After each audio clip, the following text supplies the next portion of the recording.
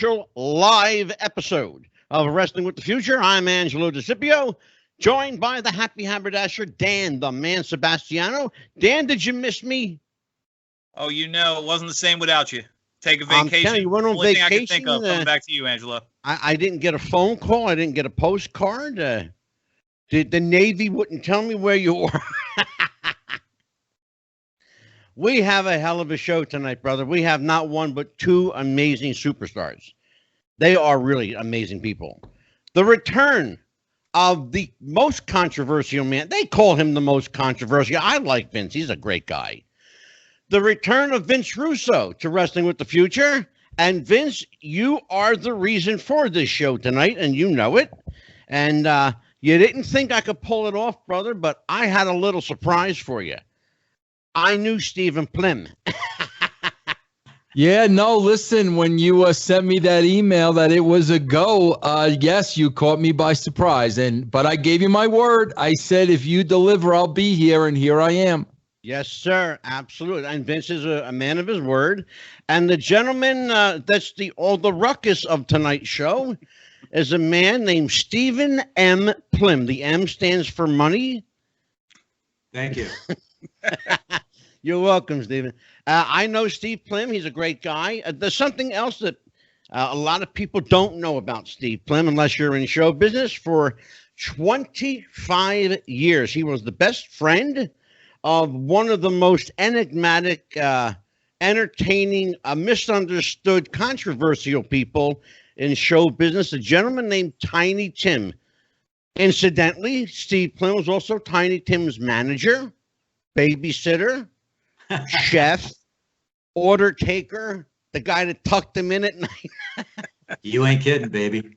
I heard you, Steve. Let's talk about this because, as I said, Vince Russo put out a challenge to me on the episode we did about the Beatles, Paul McCartney, and he said, and I quote, and there were many, many thousands of people who saw that show, and they heard Vince Russo utter these words. If you get Tiny Tim's manager on the show, I'll talk to you for 5 hours. Are you kidding me? Well, he gave us an hour tonight. Angelo, let's not get panicky. 5 hours. Oh, God. But I say when somebody says Tiny Tim, Mr. Plym, when somebody says Tiny Tim, I stop everything. Everything. I try to spread the Tiny Tim legend to all my listeners. I became infatuated with Tiny Tim at the age of 7 years old, and wow. I am still infatuated by Mr. Tiny Tim to this day. Unbelievable. Way to go, and thank you. You're welcome. And you are here, Steve, because of Vince Russo. You really are. I wanted to talk to you. I got to thank you again, pal. I wanted to talk to you. You and I have had a lot of conversations about Tiny and other people, but tonight we're going to focus on Tiny as a person, as the man. You know why I like that, by the way, Angela? You know why I like that? That's why I wrote the book. 1 million people could go to a library and look up facts and figures and write a book on Tiny Tim. I didn't want to do that. My book is based on the 25 years I knew him, yes, but the 5 years he and I were together behind the scenes, what really went on. And that's the difference between my book and others that may be out there. And the book that Steve refers to, I'm holding in my hand.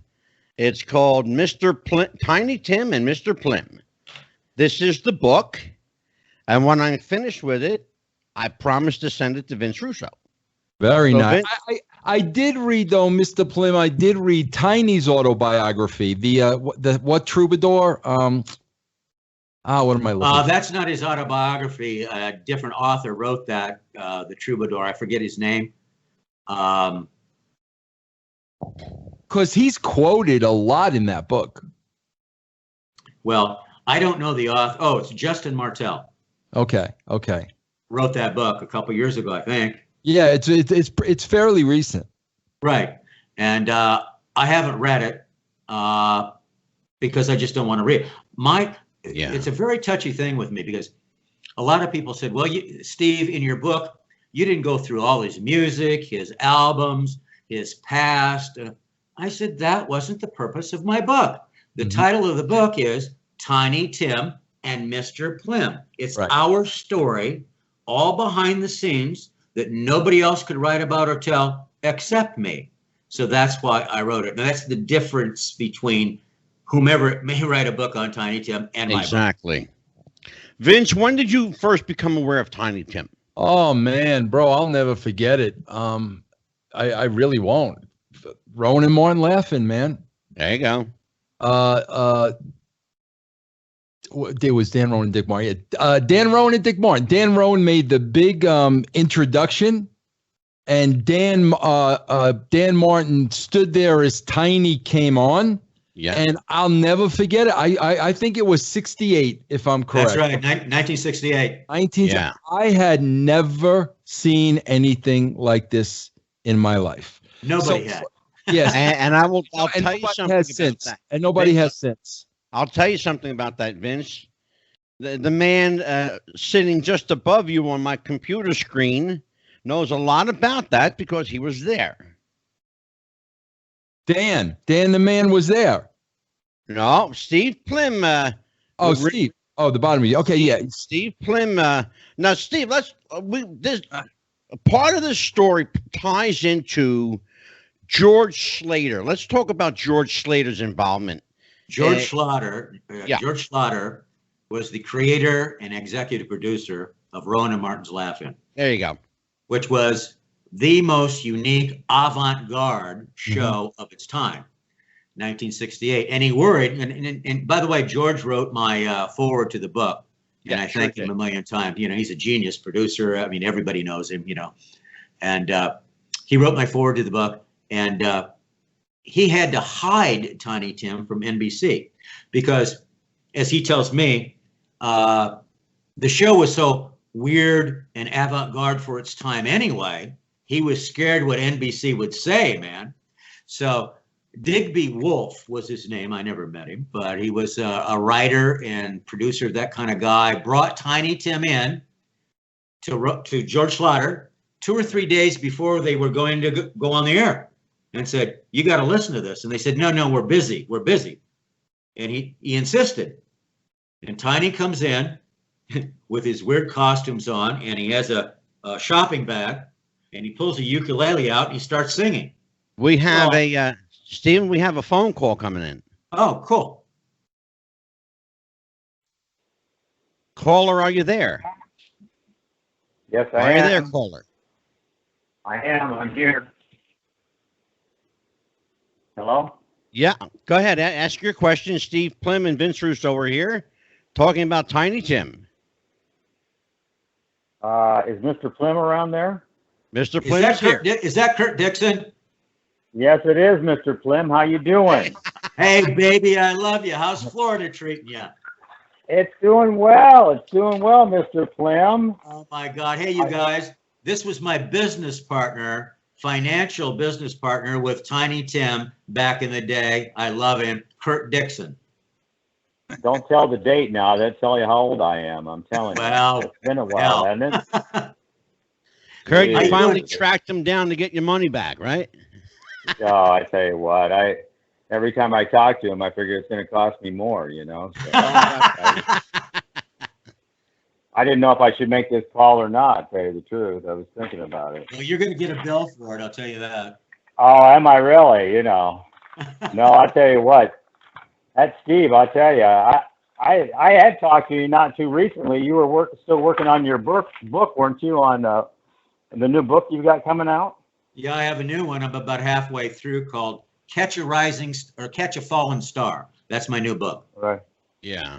Yeah. Oh, we'll talk about that in the show as well, Steve. So, Mr. Dixon, Mr. Dixon it is? Yeah. Yeah. So give me a little insight into this guy, Steve Plym.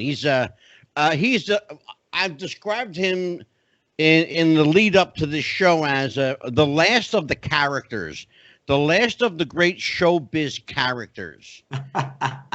The fast-talking, smooth-talking manager, agent, chickie baby, let's do lunch. I'll have my people call your people. That's Steve Plym. He's the real deal, though. Yeah, I love this guy. He still takes a hit of that cigarette and says, "Who loves you, baby?" You know. Yeah, exactly. Yeah. Hey, Exactly. Curdy, I only smoke and drink on 2 occasions, when I'm alone or with somebody. That's it. That's right. Well, Mr. Dixon, thank you for calling in. That there's a question you have, fire away. Well, I was just wanting to see how Steve's doing, and I go back a long ways with Steve as far as Tiny, so I really don't have a lot of questions with Tiny because we go back for all the traveling and that with Tiny and that. I pretty much. Well, know I'll tell about you Tiny. what then. We have a gentleman on my show tonight who was a mainstay in the world of pro wrestling, but he's also a huge Tiny Tim fan. His name is Vince Russo. Vince, you want to ask Mr. Dixon anything about Tiny Tim? Something maybe someone doesn't know? Well, I want Mr. Plym to finish that story first, because I don't want him to he was in the middle of that story. I want to hear the end of that story when Tiny Tim performed to the NBC executives. Yes, absolutely, for sure. Well, he didn't perform for the NBC executives. Okay, they hit him. In fact, they costumed him, and how they costumed Tiny, I mean, I don't even know, but they hit him because they thought, oh my God, we're going to get in trouble. But in fact, Schlatter said to me, they kind of chastised him after Tiny came on the show, unknown and all that kind of stuff. But after the ratings, NBC came and said, "You were right. Let's go, baby. Let's go." That's amazing. Remarkable. And, the rest is history, Rowan Martin. Absolutely. George Schlatter and Rowan and Martin's Laugh-In made Tiny Tim. And George is so kind. He said, "We were brand new," Schlatter says, "and he helped make us too." I mean, it was a perfect marriage. Absolutely. Well, Mr. Dixon, I thank you so much for calling in. You touched base with Mr. Plym. I'll make sure that he stays in touch with you. I sure appreciate it. Listen, thanks, Tim. Thanks for coming on the show. You have a good evening. You guys take care, and thanks for having this show. It's great. Thank you, sir. Thank you. Thanks, I love you, baby. Hey, you take. That's good. Yeah, our first call of the night. Now, wait, let me ask. Can I ask Mr. Plym? So, Mr. Plym, you were there that night of the performance, correct? Where? At the Rowan and Martin. Oh, no, not at all. Hell, I was 18 years old. Okay. I'm sorry, Steve. I thought you were there. Oh, you were at the. Wait, was it a reunion? Well, yeah. You and I talked about Rowan and Martin privately.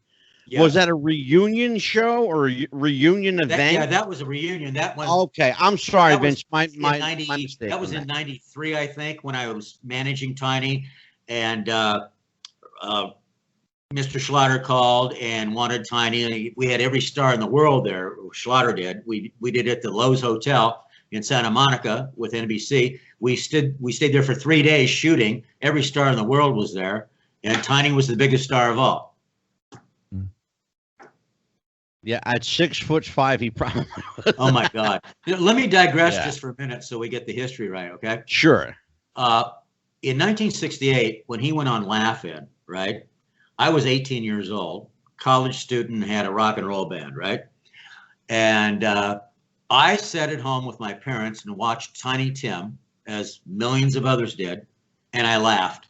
I said, "Who is this clown? Who the hell does he think? Oh my God," right? So absurd. I laughed at him, I admit it, just like a million other people, right? And how did I know that 3 years later, I'd book my first job with him and we became friends? It's just weird. Life is weird, isn't it? Now, how did that happen, Steve?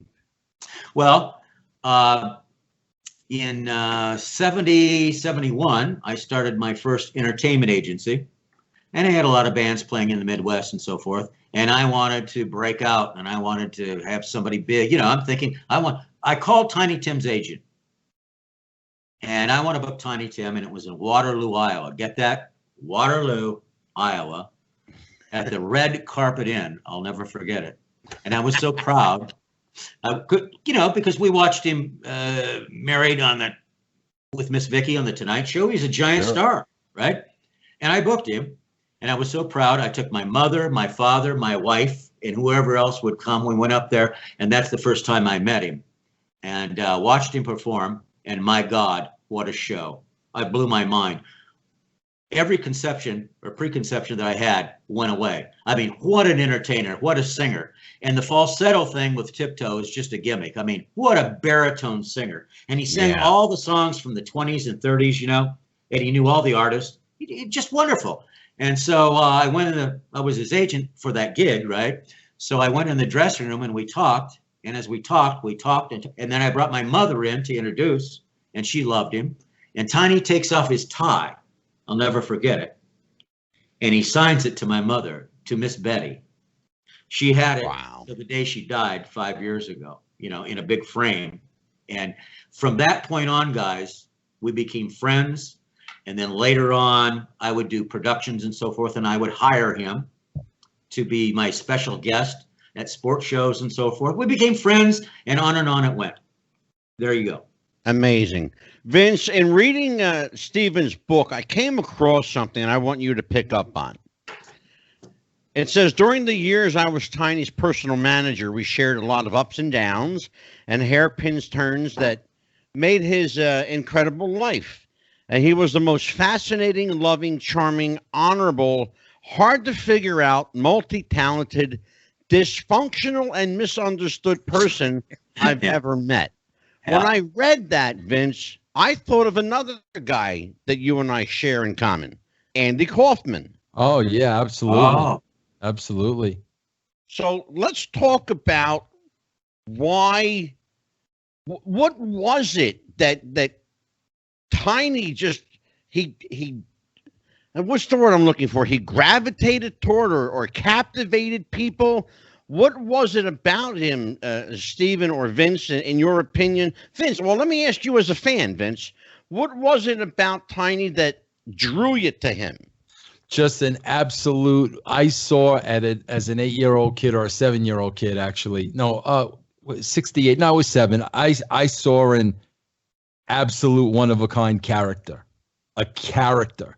And that's the thing that fascinates me, Mr. Plym. It's a little like wrestling. The whole idea with writing is wrestling is you want people to watch this show and is this real?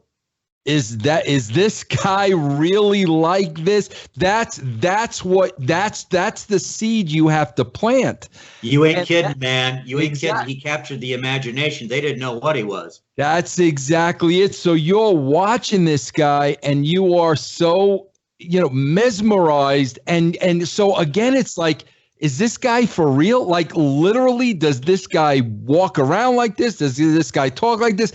I mean, so that's the appeal. I mean, off the bat, the mystique of, is this guy for real? You are so right, because I had to find out. I had to find out. I mean, I was just driven to it. And the more we talked and the more we communicated over those early years, right? And again, I would hire him as a celebrity guest host at my sports shows, okay? And we got to know each other really well. And it wasn't the music, okay? It was the guy, the real guy. I mean, I had to know what he was. We just meshed. All I can say, I don't have another adjective or adverb to put. We just meshed, and it was a love friendship for 25 years, man. That's remarkable. Vince, I got to tell you, there's a connection, something I want you to explore with me. Tiny Tim appeared on the WWF WWE Raw. Yeah. 1993. Yeah. It was an episode of Raw. I believe it may have been, I'm wanting to say Madison Square Garden. You know what? Now, let me tell you something. Brain cells. We were either in New Jersey, but I know that Vince McMahon and his wife and me and Tiny ended up at the Garden for dinner. I can't remember whether it was in Jersey that we played or the Garden. they probably were at the Manhattan Center, because that's where Raw originated from, the Manhattan Center. Yeah, 99.9% sure that's where they were. I think you're right, man. Yeah. I think you're right. Vince, do you have any recollection of how that came about? I mean, you were with them at the time writing? Bro, I was his manager, and Vince McMahon called me and wanted him out of the blue, it wasn't solicited, and wanted him on the WWF wrestling. And I just went, oh my God, what? That was, to me, excuse me, but so what? Because I picked, I didn't know wrestlers or anything, right? And I'm going, all these macho, strong guys, right? And Tiny had somewhat of an image of being gay or effeminate. And how's he going to mix with these guys? And Vince told me, fine. And he put us up at the Plaza Hotel. We went in, we did a great show. And let me tell you something.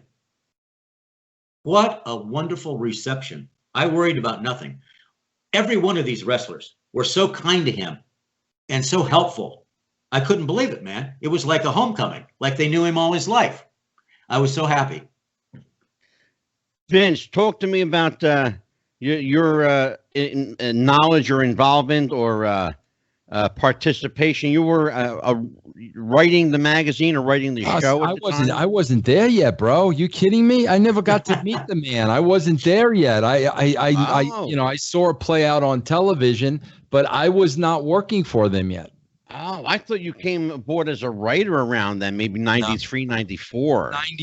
94, I realized. Oh, 94. So that was before I was even there, yeah.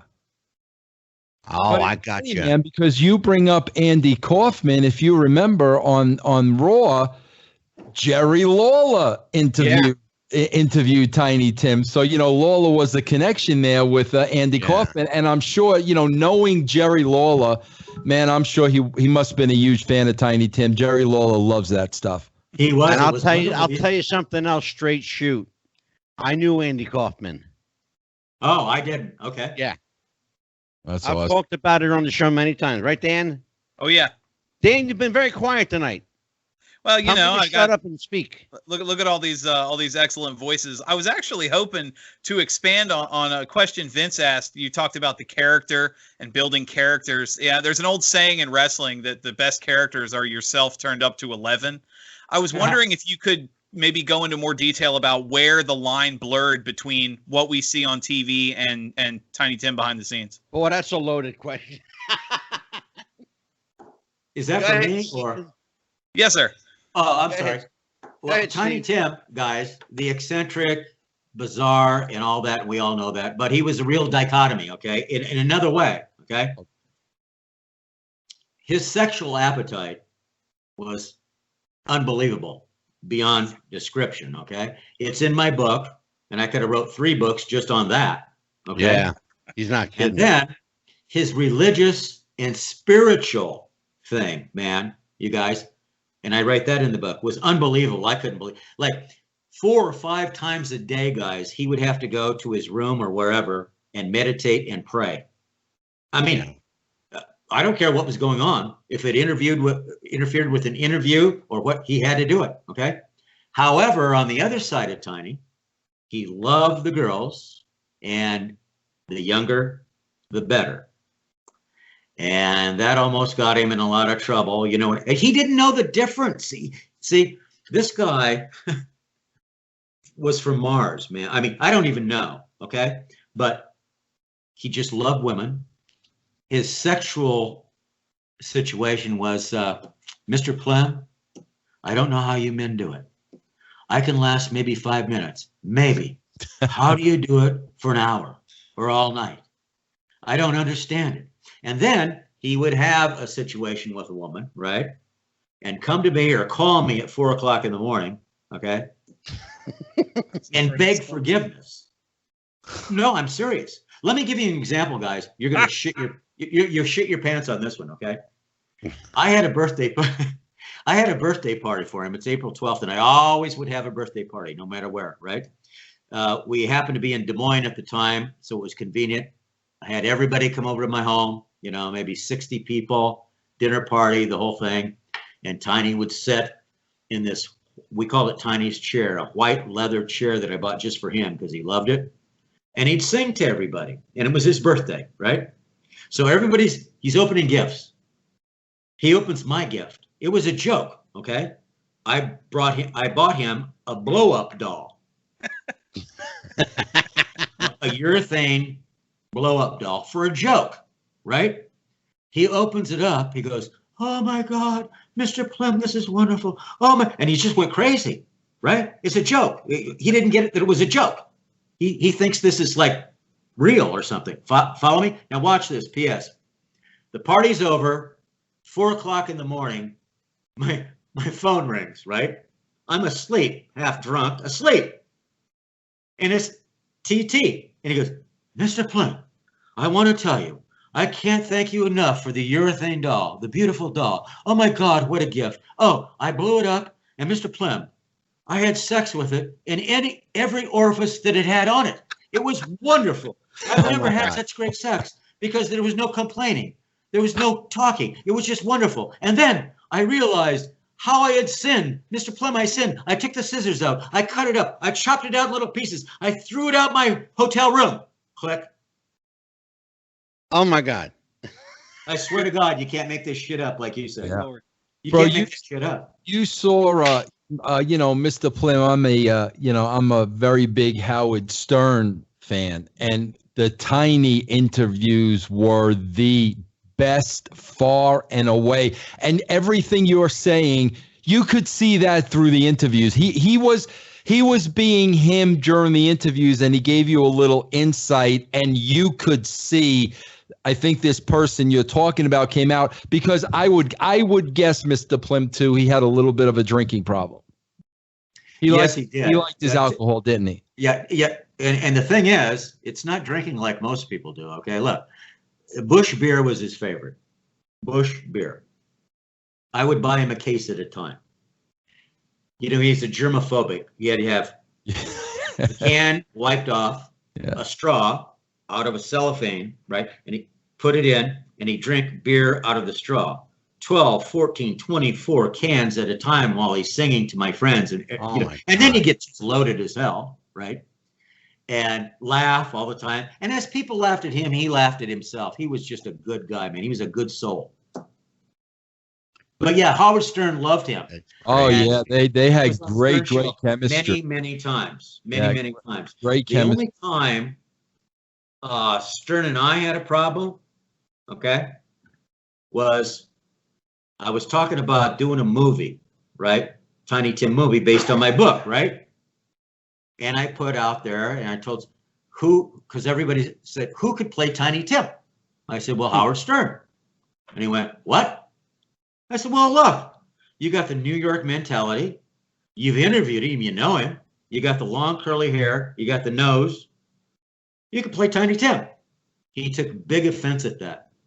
Giant offense. Oh, God, Mr. Plym, that's a great thing that you bring up, because I know there was like for about 5 minutes, I know there was like a Broadway play about Tiny for very, very brief. That is the one guy that I think there should be a movie on. Like, why has that never happened?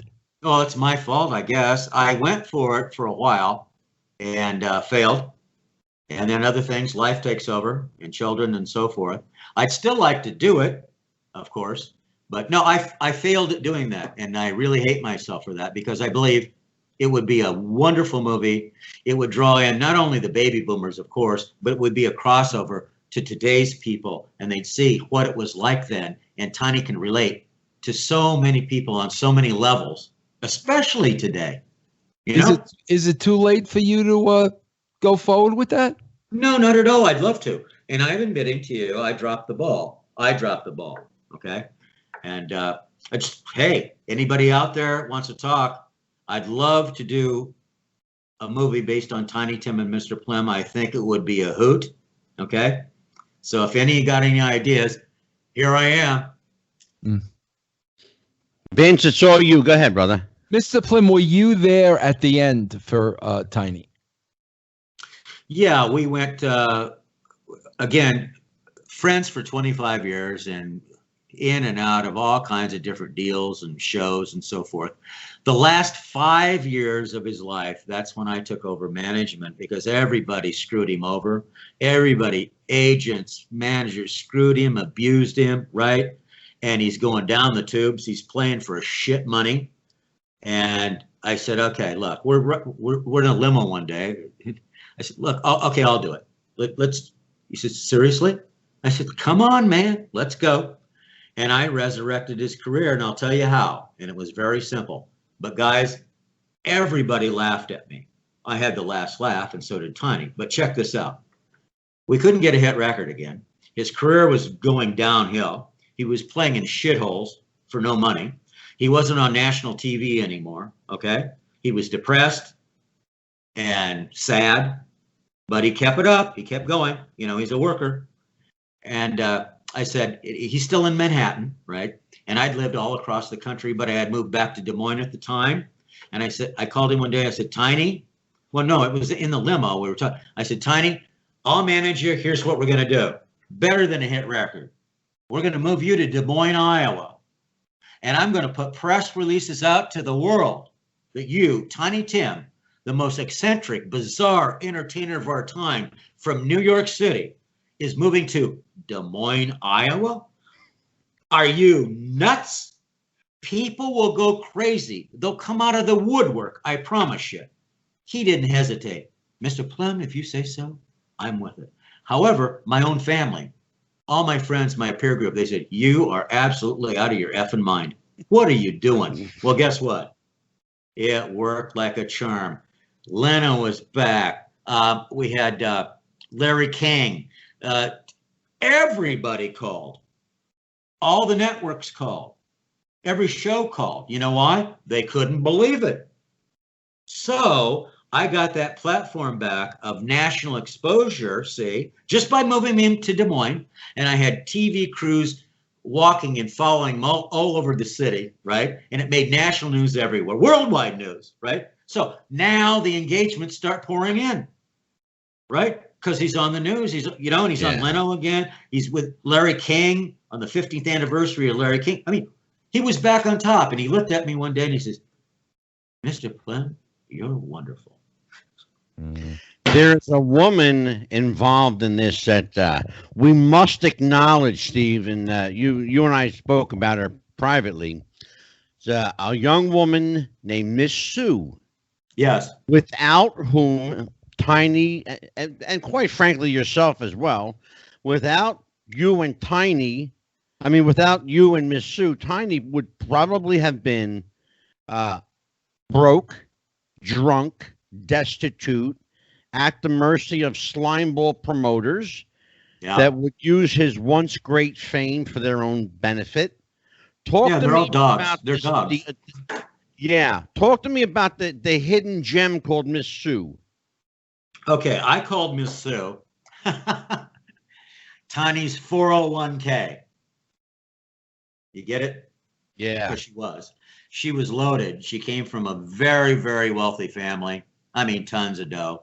And I'll never forget it. It was Tiny's birthday on April 12th.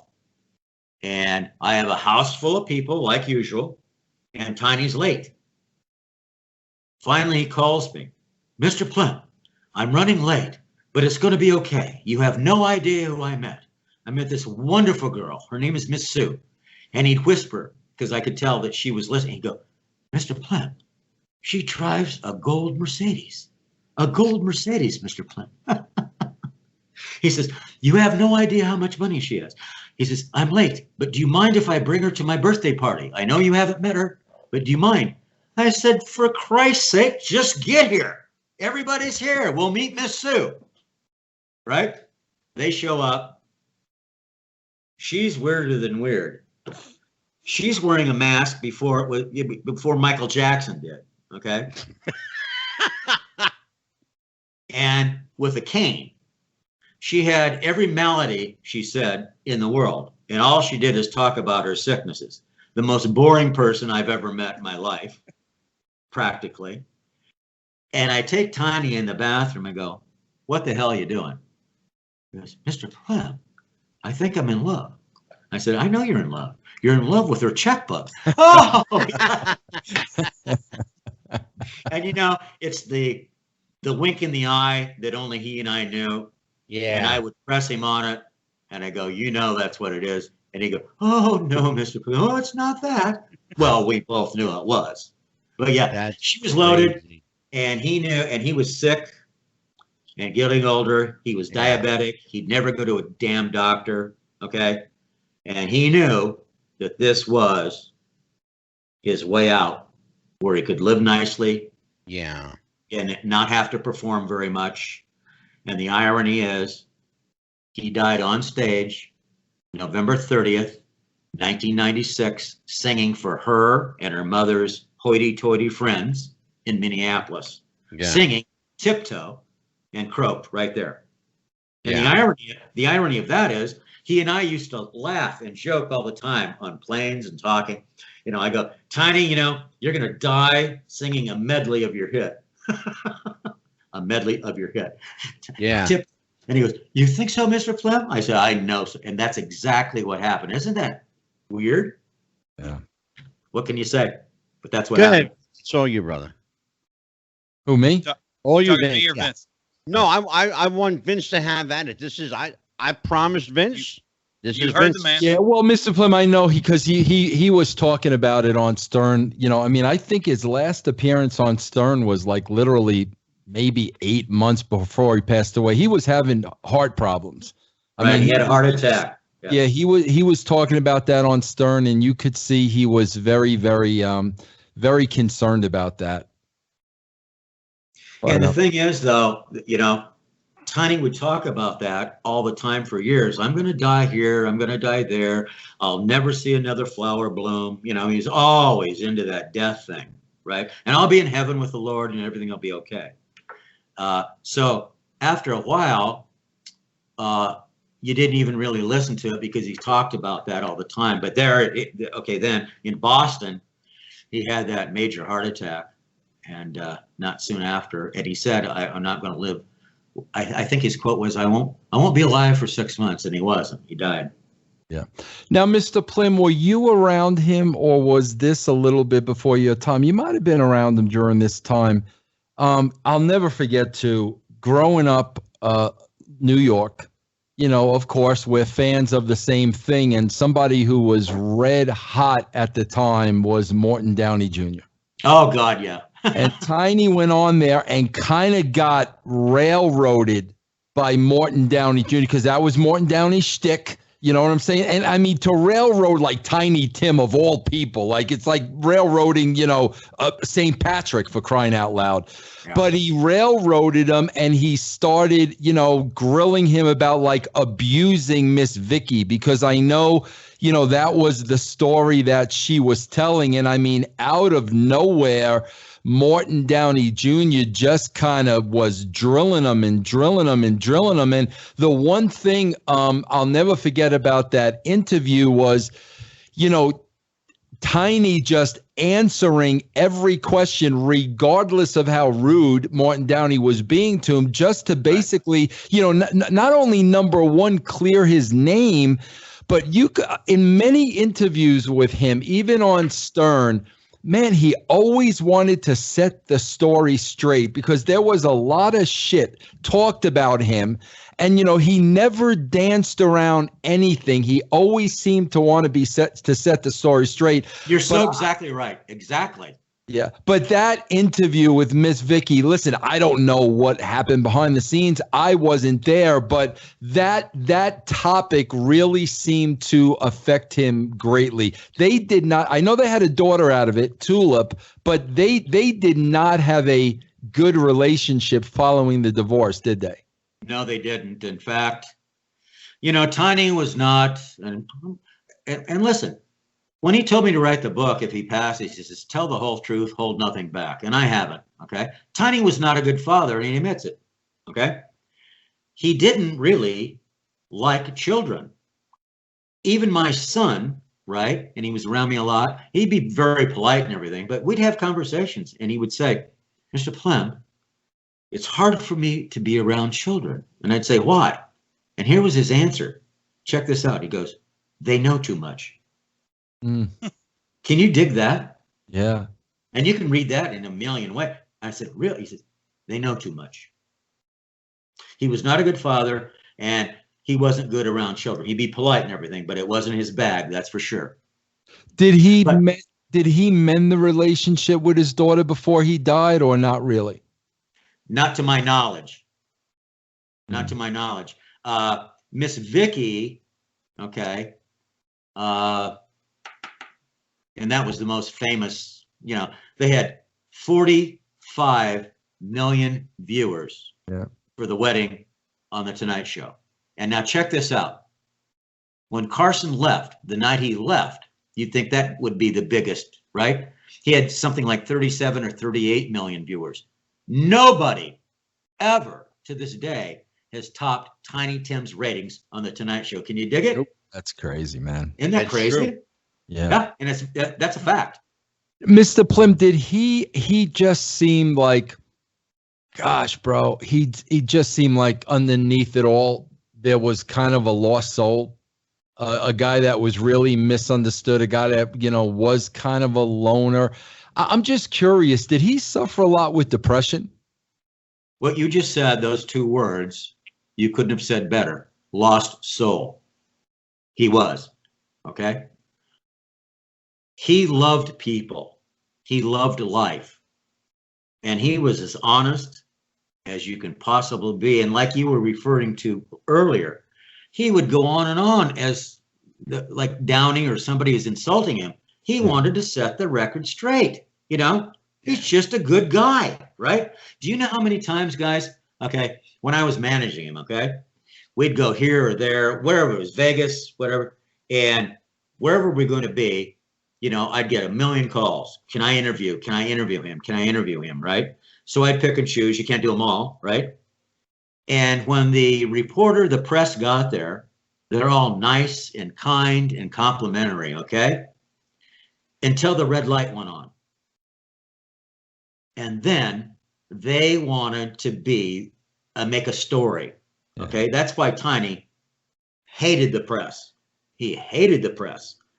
He couldn't stand them because he knew every time he got in front of that camera, no matter how nice they were before the red light went on, they gotta want to go, are you queer? Are you gay?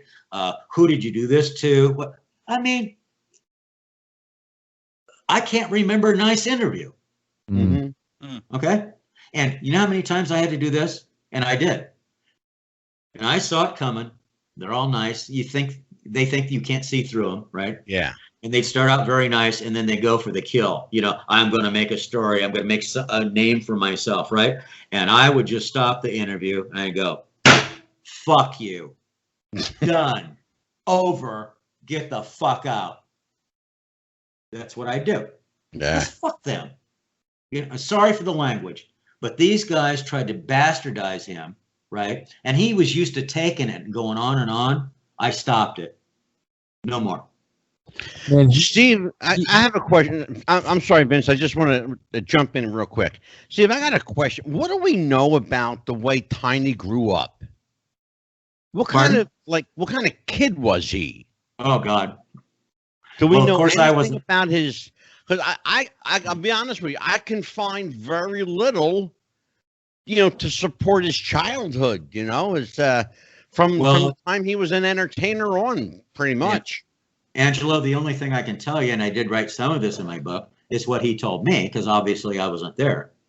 But he was a very silent kid, Brooklyn, New York, stayed at home, listening to old LPs from the 20s and 30s. Yeah. Okay? And growing his hair long when everybody had a crew cut, right? And that kind of thing. So he had no friends. He stayed in his mom and dad's house, and the mother was domineering and tried to tell him what, and the father was sympathetic to him. Let the boy go. Let the boy do what he wants to do. Okay. Yeah. The thing then that took him over, beside his music that he loved, right, and just listening, he's hours a day listening to old LPs, you know, big sports fan, Brooklyn Dodgers and all that. He knew, he was an encyclopedia, guys. Yeah, you probably already know that. Encyclopedia of who's who in baseball. Averages, names, where they came from, how much money they made, their batting average. I mean, God, he'd blow people's minds, right? So that was what he did, as he told me when he was growing up. And he'd say all the other little boys laughed at me because I was different. And he had a hard childhood, guys. He had a hard childhood. It sounds like it. I'm sorry, Vince, to interrupt you. Go ahead. I forgot what I was going to ask now, Angelo. I'm sorry. I'll tell you what, Stephen, you just mentioned something that Vince could pick up on. You talk about, growing up around the other boys. Tiny did talk about his boy experience. Vince, do you know that story? Yeah, I got to tell you again, man. I can't. I got the book is right outside my office. The Troubadour book, man. That was something that the author of the book really got into, and not in a derogatory, bad way. I mean, this guy was not at all, mean to Tiny, like at all. If he was, I wouldn't have read the book. I could tell you right now. Good. But yeah, he talks about that one experience Tiny had where he had feelings towards another guy, and it like really, really haunted him, and it really, really affected his life. I was fascinated by reading that part of the story. Yeah. Yeah, and Tiny told me that story one time, and I'll never forget it. I picked him up after a gig. We went to a hotel. It was snowing like hell, and it was like 3 a.m, and we were sitting in front of the hotel till 7 or 8 o'clock the next morning. He was so sad and sickened by this. I don't know the proper word, but he was like questioning himself, and he told me all about it. He says he's never told anybody else and all that kind of thing, and we went back and forth.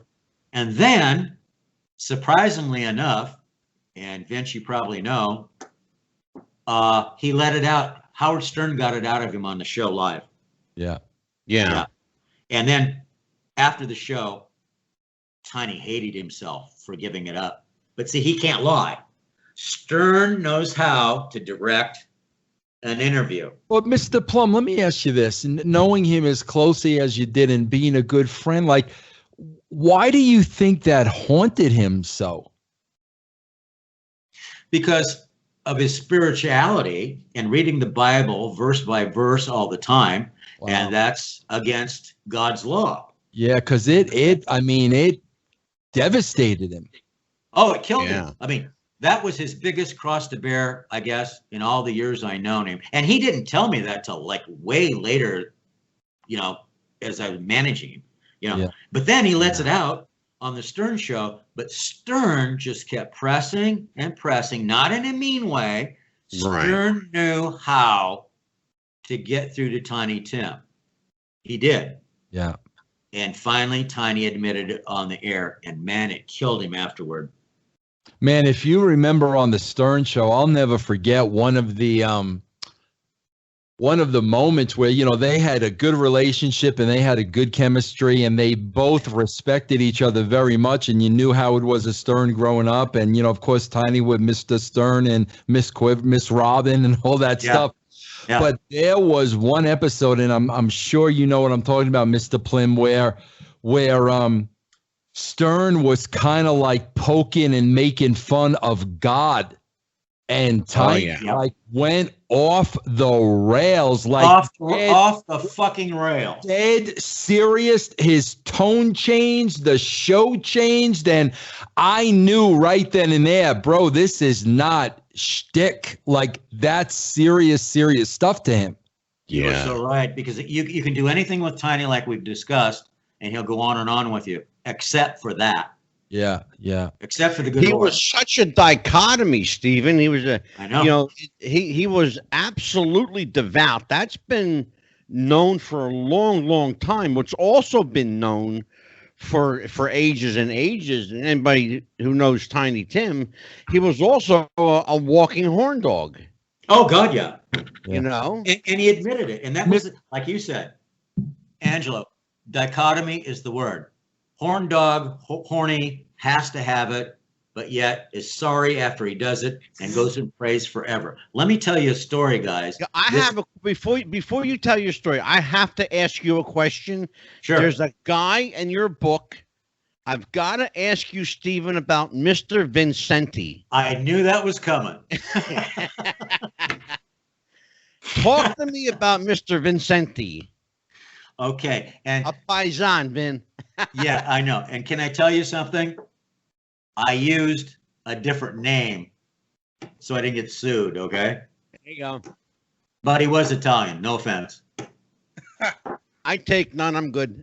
Good. What are you going to tell me? Tiny had mob connections now? Is that what you're going to tell me? Oh, a lot of them tried to come into his life, but no, this was at a club. Long story short, it was at a club. And, you know, Tiny was a horn dog. And there were these two beautiful twins that worked at the club. And I mean, on the scale of 1 to 10, they were a 20, okay? Really hot, okay? And they were making overtures to Tiny and stuff. And Tiny's flirting, and he's all excited. And he'd come to me after a show. Wow, I think these wonderful women love me. Oh, my God, what am I going to do? Anyway, the night progresses, and they come to him, and they say, we're both going to do you tonight.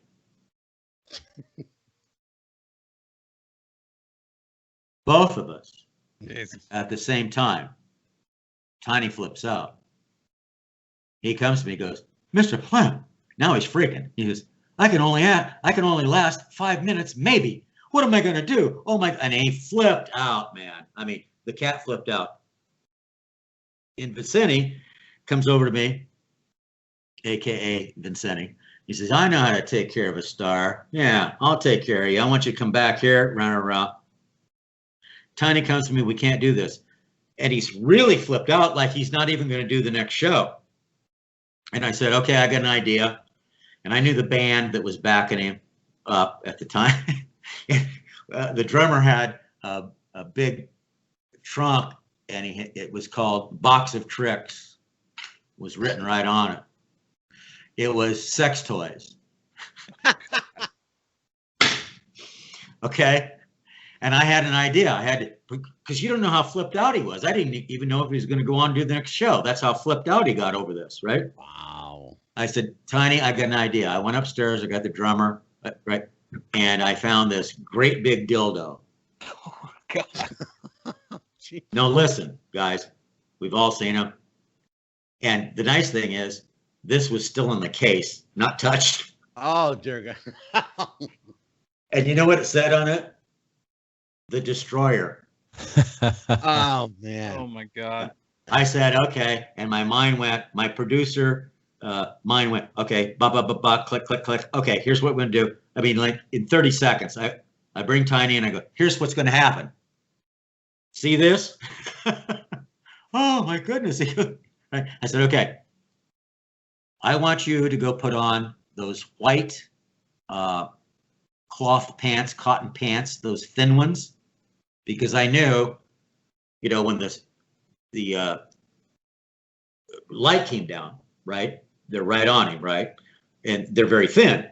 So I said, I want you to put this and tape it, not to your underwear, because he didn't wear underwear. It was Depends, right? So I said, I want you to tape this solidly to your your inner thighs, right? And your Depends, and let it hang down. He's going, what? I said, just trust me.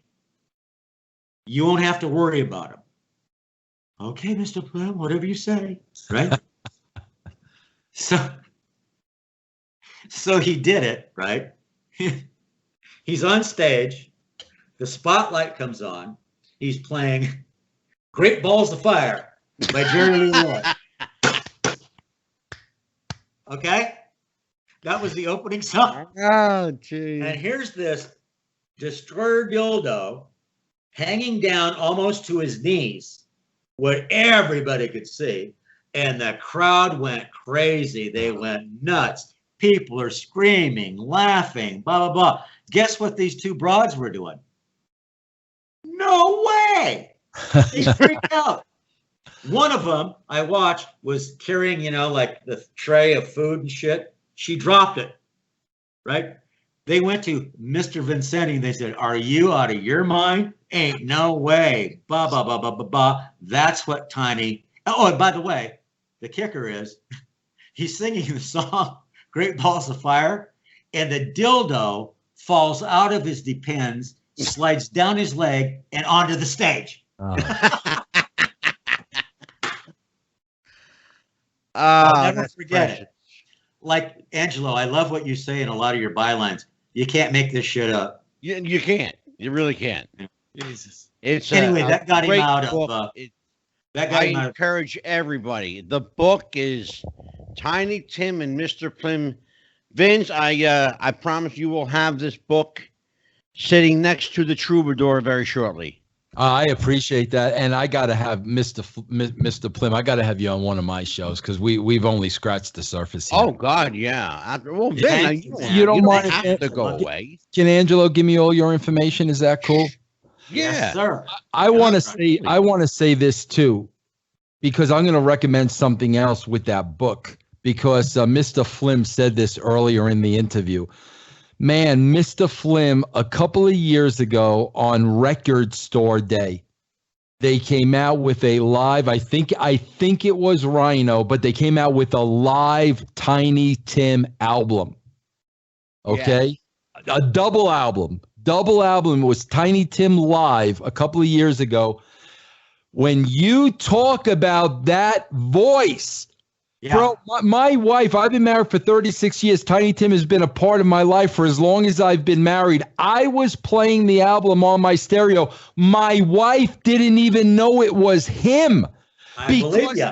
He's singing in regular voice, and holy shit, I was blown away by what a phenomenal singer he was, and nobody saw that had to drive him nuts.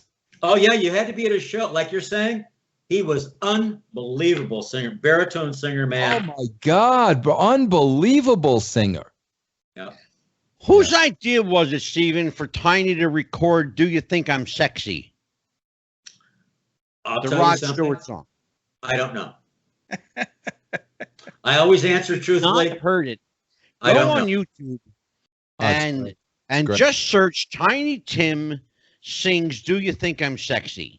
It is a trip. It is a trip. Vince, can you hang out with this or do you have to go, brother? I do have to go just because I got another podcast to do. Okay. I sincerely thank you, man, for no, I thank you, Angelo, for having me. Dan and Mr. Plym. I mean, I definitely want to bring you on my show. There's so many more avenues I want to go down. I knew an hour wouldn't be long enough. Vince, thank you so much for the invite, and I'll be there anytime you like. Okay, thank you. Angelo, thank you. I'll send all Steve's stuff to you, Ben. Okay, thank you guys very, very much for having me. Thank you. So nice being on the show with you, sir. Yeah, Mr. Plym, this was an absolute treat for me. Thank you very much. Me too, to meet you, Vince. Thank you. Okay. Good night, Vince. Vince Russo, everybody. All right, Dan, we're back. Back with Steven Plym, Dan the Man, and this little wop from Jersey. Dan the Man. Dan, by the way, I got to tell you, I love your hat, baby. Oh, thank you, sir. He wears a different one every show. I used to wear those years ago. I love that. I love that look. Well, I mean, I have the mutton chops and a flat cap, so I'm nothing but with the times. That's for sure. Absolutely. Steven, how you doing, brother? I'm doing good, man. You know, little problem I told you off camera. My 17-year-old daughter has the COVID. Yeah. And that's not good, but she's a strong kid. I talked to her right before. Her name's Callie Reno Plym. She's listening right now. Terrific. And she's fighting, and she's going to be okay. God bless. Absolutely beautiful. Well, I'll tell you what. I wanted Vince Russo on the show. He asked me. He's the reason. Basically, Vince is the reason that I had you on. I'll tell you why. He's a huge Tiny Tim fan. I can tell that. Man, that's great. Oh, God, yeah. Huge Tiny Tim fan. And when we talked, I said, you know, I said, I know somebody. And I didn't tell him who. I didn't tip my hat. You know, you never, all good promoter never tips his hat. So unless you're Dan, then you have a lot of hats to tip. But here you go. Here comes another one. There you go. Hot Dan. Oh man. So I didn't tell Vince. I said, if I can get somebody who knew Tiny Tim, will you come on the show and you can have at it? You can ask them anything you want. He said, if you get somebody who knew Tiny Tim, I'll stay and I'll show you the clip. He goes, I'll talk for 5 hours about Tiny Tim. Wow. And then when I confronted him on it, he said, I'll give you an hour. So you anyway, know what blows my mind though, since he was 7 or 8 years old, can you imagine that? Oh God, you kidding me? Please. And I'm a couple years older than Vince. I'm like 2.5. I'm like 3 years older than Vince. But I remember, oh my God, I used to love Rowan and Martin's Laughing. So did I loved, you know, and I watched. See, these shows aren't around anymore, Steven. These variety shows, even like Dan, you know, were he not the smartest guy in the room, would never know about Mike Douglas and Merv Griffin. Oh God. Oh my, please, you know, the best. These guys, they were entertainment. If you were on the Mike Douglas show, and you know, seen by 15, 20 million people at a time, your stardom was instantaneously guaranteed. It was like doing a shot with Johnny. You only had 3 stations. You only had 3 stations, really. Yeah, exactly, Steven. You had ABC, NBC, CBS. That was it. That was it. You know, see, Dan, back in the day, the talk shows were where you became famous. Exactly. You know, and then, because people don't understand this too, Steven, that the late night talk shows is a fairly new thing at that point in time. Yes. Yeah. You had, you know, Carson, of course, but it was Jack Parr before Johnny Carson. Yep. And Steve Allen. And Steve Allen, and a lot of people don't know that. You know, and Joe Franklin, my friend Joe Franklin, God bless his soul, started it all in New York City. Brother, I got news for you. I'm going to tell you something I never told you. People that watch this show, they know. I worked for Joe Franklin. You did? I did. Do you know I was his associate producer. Do you know Spats White or Ornstein? Richie. Yeah. Yeah. Yeah. Yeah. Wow. I didn't know that, man. That's great. Great history.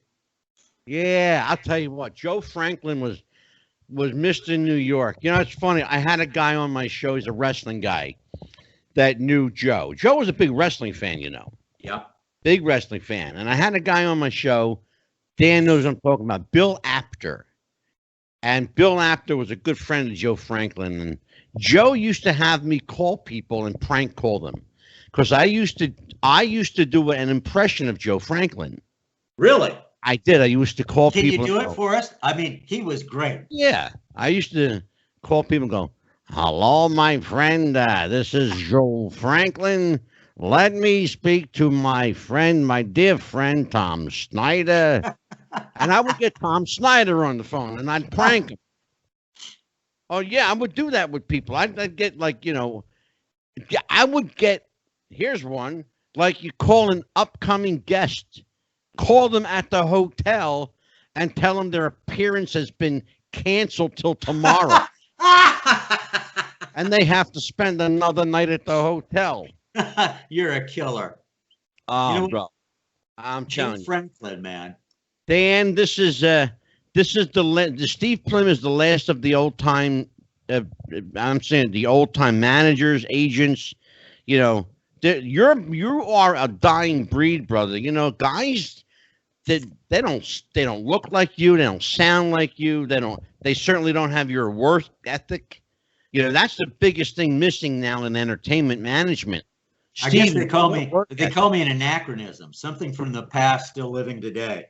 Well, if I may, just from reading. Obviously, Angelo mentioned I'm only 37, so a lot of this was before my time, and my study of history is really where it all came from. You talked about the old shows. I mean, even as a kid, I loved watching the old tapes, the Red Skelton and Ed Sullivan, and those even more than what was on TV now or then. I mean, but I think one of the things I've got the impression from studying up on you before the show is that's gone from current music is there's no brand loyalty. You were not just a manager, you were a friend. And now you hear stories, even high-end managers who are respected in the business go through clients like they change socks. And once you can't get anything, I mean, you were telling us a story sitting in a limo with a drunk, beaten down, broken man. And there's not a manager working today that would have stuck by him in that. He would have been yesterday's news and move on to the next object. And you couldn't. I'm sorry. Go ahead. No, you're sorry for interrupting. You're exactly right, and sadly to say, because it ain't the same today, baby. All they care about is the broads and the dough. Mm-hmm. Yeah. And there are no morals. There's no real friendship at all. It's just, hey, baby, how you doing? Yeah. Where's my check? Where's my check? Yeah. Well, Stephen, one of the things that was different with you with Tiny is that you handled one client at a time back then. You handled Tiny, and that's who got your attention, and that's who got your dedication and your time. Mm-hmm. Now you got guys that are handling 8, 9, rotating a revolving door, a revolving Rolodex of clients, 8, 9 people, and they can't give 5 minutes to any one. No, they can't. But, on the other side, I must say this. So many of the entertainers today, they don't give a shit either. How much money can I make? Where am I at? They have no loyalty either. Well, you see that with the in the social media age, especially with digital music, where musicians with net worths upwards of 10, 20 million complaining that the music industry is just not fair anymore. Like, millionaires bitching like they can't make any money in the music industry. Spoiled brats. Right. Exactly. And they think they paid their dues. No, they didn't. Not like we did in the old days. You know what I mean? Yep. Yeah. There was loyalty. There was friendship. There was camaraderie. Everybody had dinner together. Everybody knew each other's family. Yeah. You didn't leave. Absolutely. That'd be like screwing over your own sister. So you stayed together. Did you have fights and problems? Yes, but you stayed together. Well, I think what jumps out at me the most with the evolution of the music industry is how many record labels and managers and whatnot manage competing and rival acts, people who they'll counter almost conflict of interest production, where bands, like if you book one band, you can't book the other ever again. I mean, the manager doesn't care. He makes money no matter who wins that battle. But exactly. Obviously there was no rival for Tiny Tim back then, but you wouldn't in no way have ever managed somebody that would make him look bad by booking them as well. No, not at all. And so many agents and managers today, they play the game. They all want certain names on their roster, and they call their clients. And if you buy this one and this one at this price, I'll give you this one. It's like extortion. I got news for you, Stephen. It happened, and Dan will tell you, brother, it happens the same way in wrestling as well. Exactly the same way in wrestling. You sell your soul to the highest bidder. It doesn't matter how, forget loyalty, Yeah. How many zeros are in the end of my contract? That's all. Exactly. And I got to digress just a minute, Angelo, on the Joe Franklin thing that you were talking about, because he was such a great man.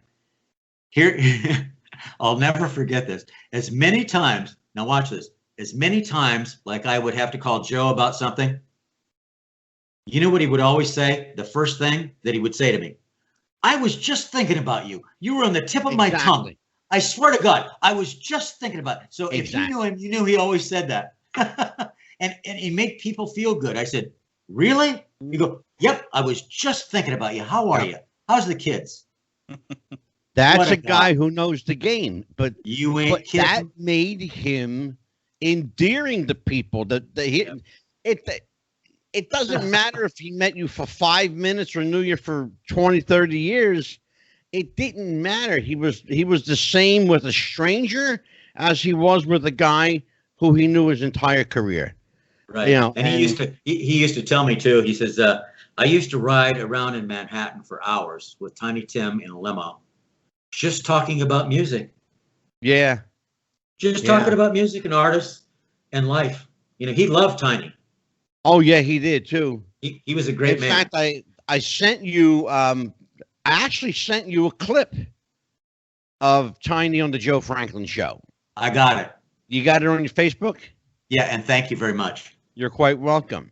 And I haven't seen that. But here's the thing. I got a question. I'm going to switch gears for a second. I got a question about something that we touched on with Vince Russo when Vince was here. Tiny was. You called him a lost soul, and I have a feeling though that lost soul didn't just appear. I have a feeling he's a guy that was for a long time trying to find who he is and who he was or who he wanted to be. Who was it that gave Tiny Tim, or I should say Herbert Corey, the shot in the ass, if you will, to step out of his shell and even go for something like performing on a stage? Because at first glance, Stephen, a guy like Tiny Tim, he is the most unlikely guy to succeed at anything. That's why he succeeded. Because he was the most unlikely guy to succeed. He was an anomaly. There was no one like him. I mean, before Kiss and all these other groups had makeup on stage, Tiny did it. Okay? Yeah. Tiny was real from the get-go. Completely, totally honest. Could laugh at himself, even if he didn't get the joke.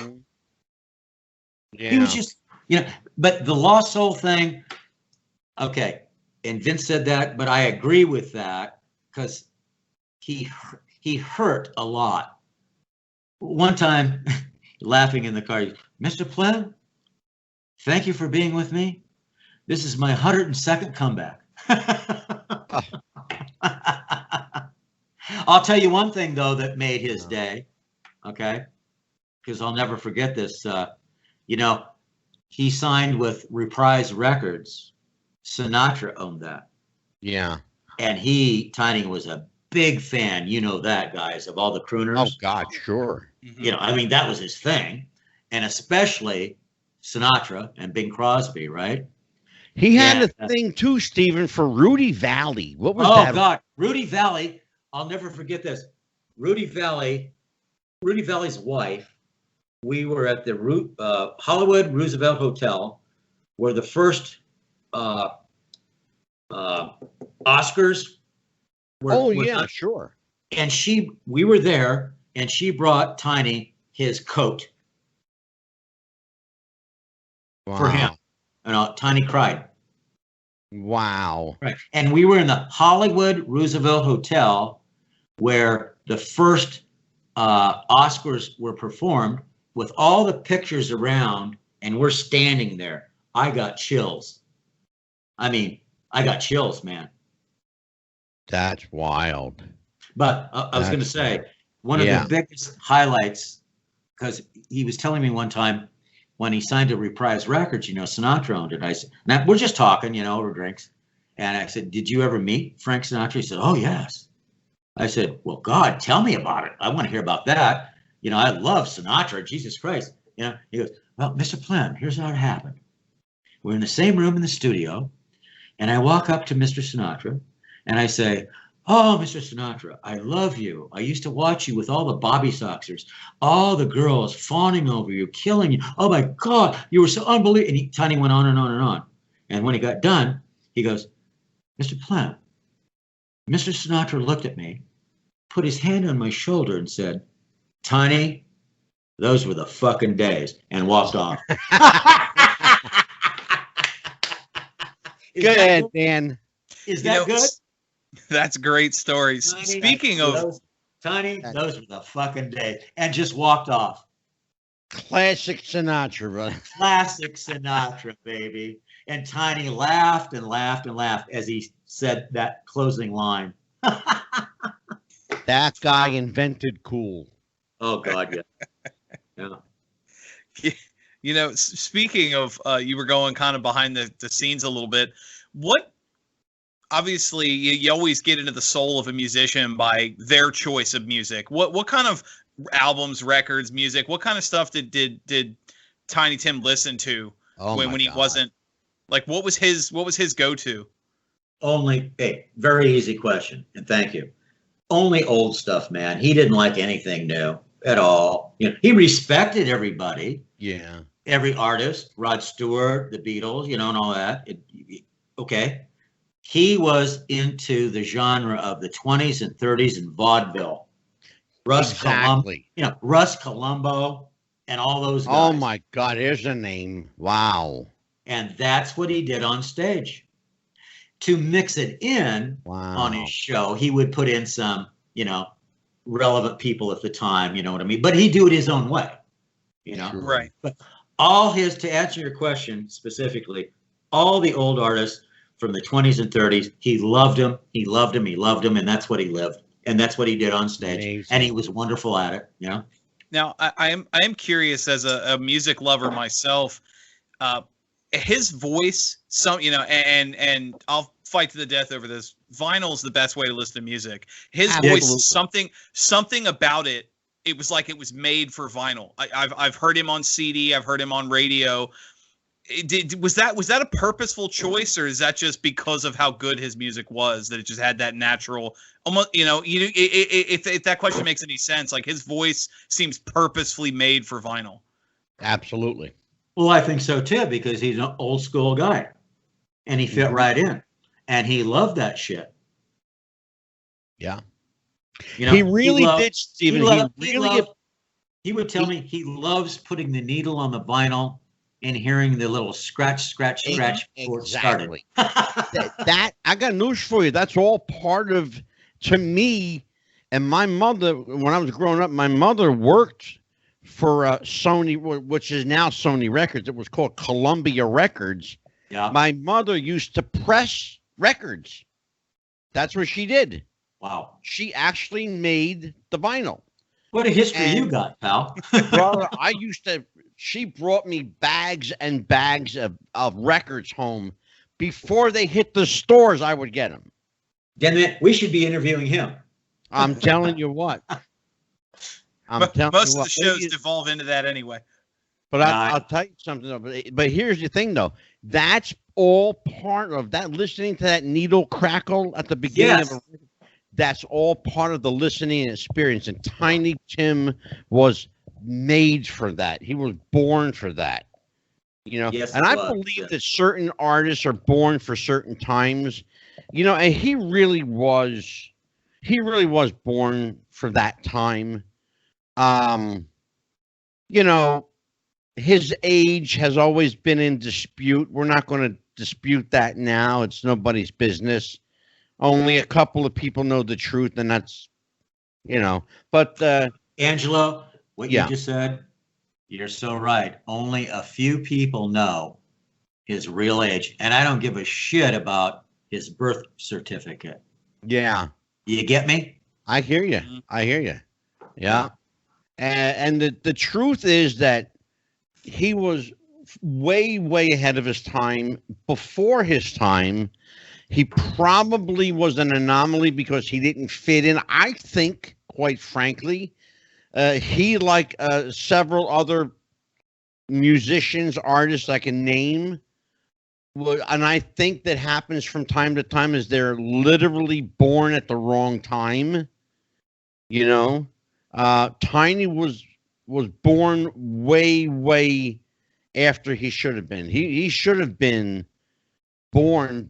He should have been a star in the 20s and 30s. Exactly. He should have been in vaudeville. Can you imagine Tiny in vaudeville? He was custom made for vaudeville. Right. And that's what I'm getting at. he should have been born at a time where he could have performed in the 20s and 30s with, you know, the Ted Healy acts and Stooges and George and Gracie Allen, Burns Show, Gracie Allen, and you know, right, all those people. Or Mae West. People forget Mae West started in vaudeville. You know, people don't understand this. Some of the, you know, oh my God, dude, Steven, you and I are really giving away our shit now. Yeah, you know what? I love your show. See, you know what you're doing, my friend Angelo? You're bringing back the real essence. The essence. You and Dan the Man and Vince are bringing back the essence, I believe, of what show business was built on. Exactly.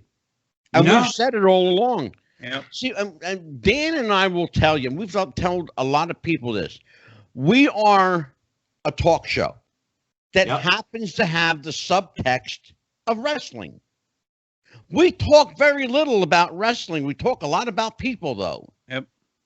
And that's why I like your title, as we talked one time off stage, right? Your analogy, or maybe that's the wrong word, but wrestling with the future. Yeah. You can talk about anything. Exactly. We've talked about that. Any genre. Exactly. And in this case, we're wrestling with the future of music. Yeah, exactly, man. Isn't it cool? Plays off itself. I want to tell people, and once again, I'm going to promote your book, brother, because you're going to sell some more books. Well, that's nice. Baby needs shoes. Baby needs shoes. It's a great book. It really is. It's a great book. The book is Tiny Tim and Mr. Plym, authored by Stephen M. Plym and Vivian Cooper. We have to say that legally because her name's on the cover. And she's a great gal and helped me tremendously. Yep. And with super ties to the music business, too, by the way. And Steve Plym will be with us for at least 4 episodes. Wow. This is episode 1. I'm thinking of making Stephen Plym a regular feature here. I'm going to have to talk to him about it and see if our budget can afford it, because our budget is a bag of chips and a yoo-hoo. I got to tell you something, Angelo. Yes, sir. No smoke up your ass. I'm a straight shooter like you are. Thank you very much for having me on this show. I love telling my story, and I love being interviewed by you and Dan the Man and your peeps, man, because you're all real. Yeah. You're all real cats, and I dig it. We keep it real around here. We really do, Steve. And I'll tell you what, and I'm going to tell you what, I'm going to hook you up with Vince Russo. He is, like I said, he's a super Tiny Tim fan. He gave us an hour tonight, but Stephen, that's really not enough time to delve into Tiny Tim as a person, as a guy you knew, and we barely scratched the surface tonight.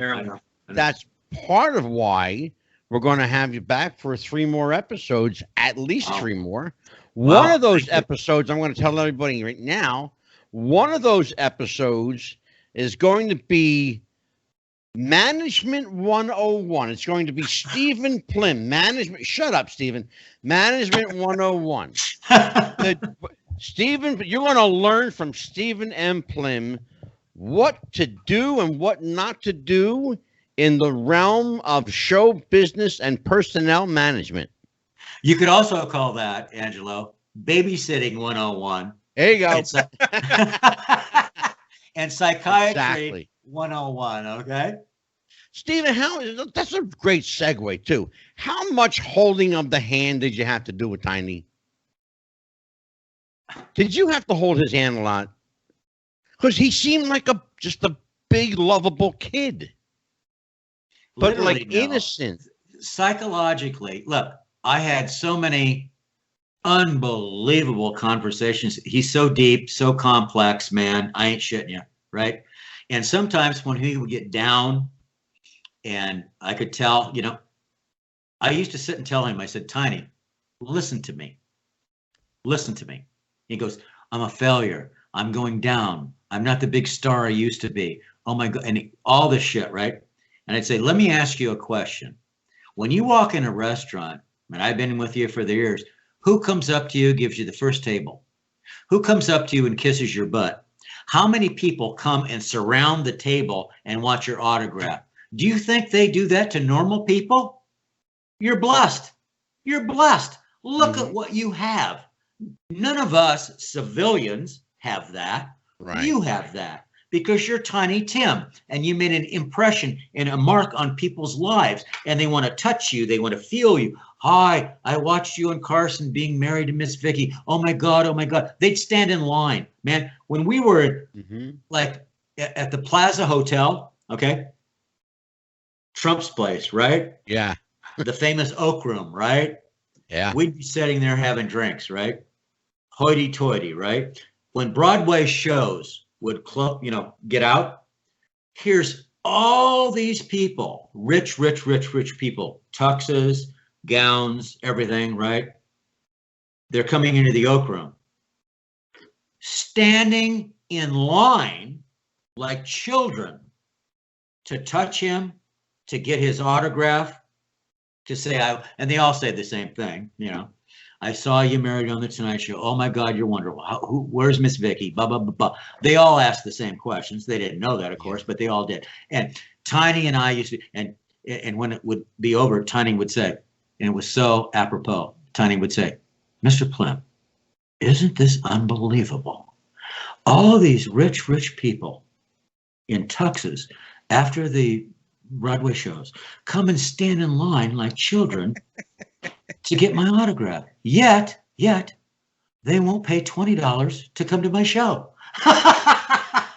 You know what? That's really interesting he too. Was so right. You dig it? He had it, man. He had the handle on it. Right? They're too proud to buy a ticket to watch Tiny Tim, but boy, did they line up and want a free autograph and a picture. Hypocrites. Oh, fuck them. That's crazy. But Tiny got it. See, he got it. Well, I'll tell you what, we will at this point end part 1 of Stephen M. Plym. Before we do, we will thank our sponsor, Daniel. Yes, sir. So let's thank our friends at Manscaped. Well, I mean, we had a fun conversation today talking about Tiny Tim and his, I guess if you want to be at home, you can take care of your own Tiny Tim with our friends at Manscaped.com. Manscaped is the world's leading producer of Manscaped products, including now the Lawnmower 3.0, as well as their odorizers and the ball spray, which I personally love. You can use the promo code WrestlingFuture for 20% off any purchase, 20% off for code WrestlingFuture. Manscaped.com. That's Manscaped.com and WrestlingFuture. Your balls will thank you. Will thank you. Beautiful. Stephen Plym, thank you, my friend. You are have fast become a very close friend. You are my twin brother from a different mother. We have very interesting conversations, and I'm going to leave it at that. Well, I got to say this in closing, guys. Dan the Man and Angelo, I want to sincerely thank you for having me here. This is a joy to talk about my book and Tiny Tim. I mean, I loved him. He was my great friend, and thank you so much for having me. And I look forward to being back on your show whenever you want me. You will be back probably in 2 weeks. Well, is when you are next slated to appear. Okay, I'm with you, baby. Sounds on good. Behalf of Stephen Plym and Tiny Tim, on behalf of Dan the Man, I'm Angelo DiSipio. Thanks for joining us and happy wrestling, everybody. We'll see you next time. Bye-bye. Thank you, guys.